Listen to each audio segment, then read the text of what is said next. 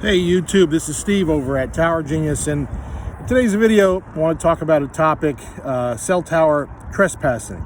This is not about people trespassing and breaking into the cell sites and vandalizing it or stealing copper or anything like that, and that is a problem obviously. But this is a call that we get several times a year. I got one yesterday from a very nice lady, and she told me she's in her 70s, and that there is one of the big three. I'm not going to name if it was American Tower, Crown Castle, or SBA, but pick one. All right, but this is not something that is specific to any carrier or a tower company.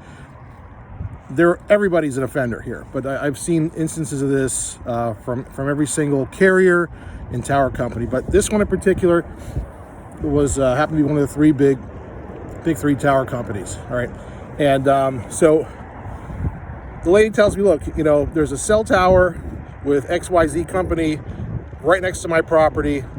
These technicians, these workers, they come out and they park their trucks and they leave them here. And they park on my land. I have another business here, and they leave their stuff here, for weeks. And here they were just out here for 3 weeks at my property. And I told them that they can't park here. And they tell me, no, they're allowed to park here, and, basically told her to bug off. And, the lady was upset.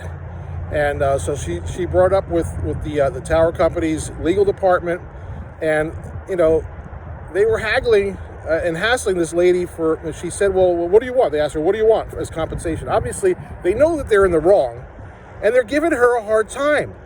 You tower company legal people, you suck.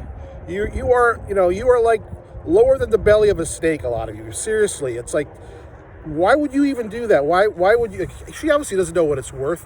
So the lady said, how about $1,000, for a year to park there? And then they're giving her a hard time over that. I mean, it's an ongoing problem. I told her, you know what? Tell them next time they come out there, you're calling the sheriff.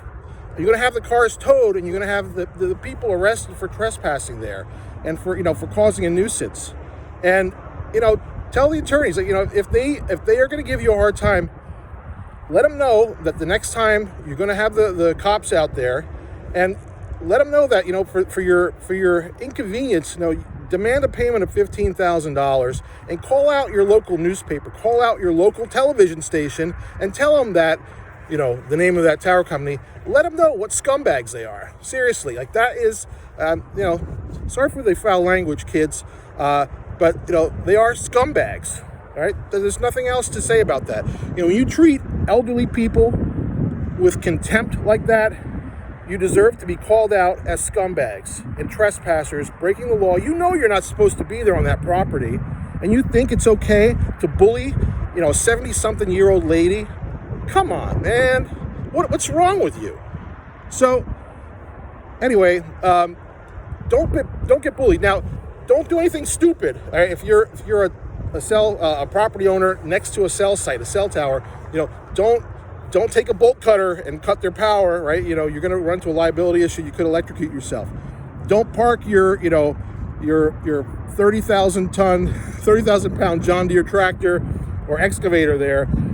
You don't want to run into issues blocking the cell site. God forbid, the technicians can't fix whatever the issue is there, and the cell site goes down, and someone can't call E911, and they you get into a liability. You get into a lawsuit for that. But call out the cops next time. That's why they're there, to enforce the law, and they're trespassing, and there are laws against that. So that's my rant for today. Cell tower companies, don't be pig monsters. And we have a whole page about pig monsters. I'll probably link to that in the description of this video. They're part pig and part scary monster. That's another story for another time. All right. Have a great Saturday.